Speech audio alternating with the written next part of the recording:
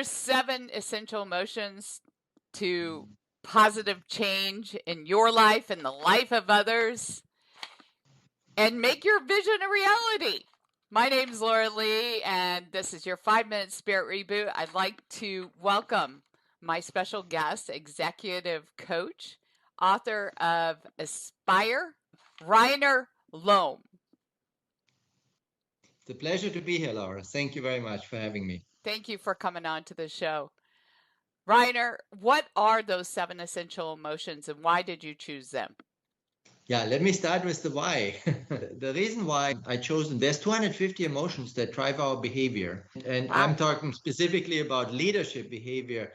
And we're experiencing a mixture of emotion at any given moment. So it's very hard to learn them. We learn hardly about emotions in school or in the corporate world at all. And for some people, it's off limit, but they are more powerful than any other drivers of our behavior. Emotional psychology has proven that. And so in order to make it accessible and learnable, I observed and I studied the ones that are most essential for leading positive change. Okay, and those 7 emotions are what? And the first 3 are empathy, compassion, and interest. Empathy drives caring. Compassion includes empathy, but it adds the commitment to serving the needs of the people that you commit to serve or that you are leading. Empathy, compassion, and then interest. So interest is important for a leader to cultivate in order to understand the issues he's dealing with. The needs of the clients that you might have, or the community you're serving, or the employees. Just really now a leader can build a vision, an aspirational vision, a vision that connects to the aspirational needs of the people he or she is serving. In order to do that, to build that vision, a leader must be optimistic.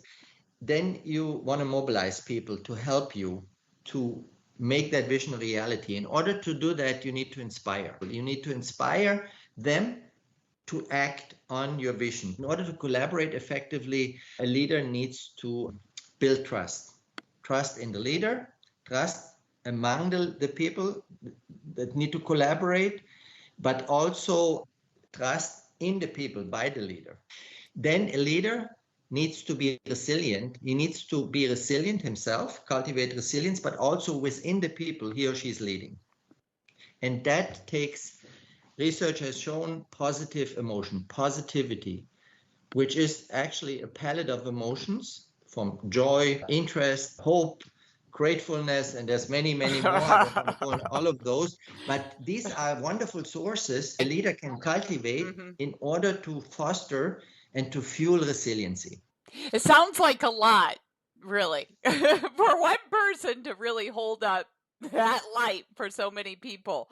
But you talk about the idea of changing an emotion in the middle when maybe perhaps you're feeling something different than what you're supposed to be feeling in order to mobilize these people. So how can one shift their emotion? Give you the example of optimism, right? Let's say you have in your team, let's say you have a lot of resentment going on because the leader is behaving in a way that the people don't like.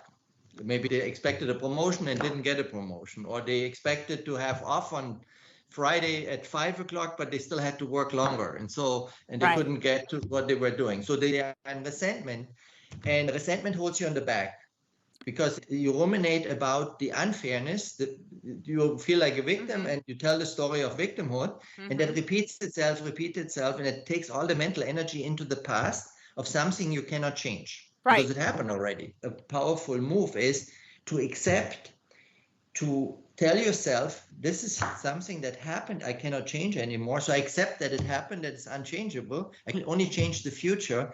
And suddenly all your mental energy and emotional energy goes into the future. Oh, I love that. How can somebody utilize their emotions to mobilize others positively?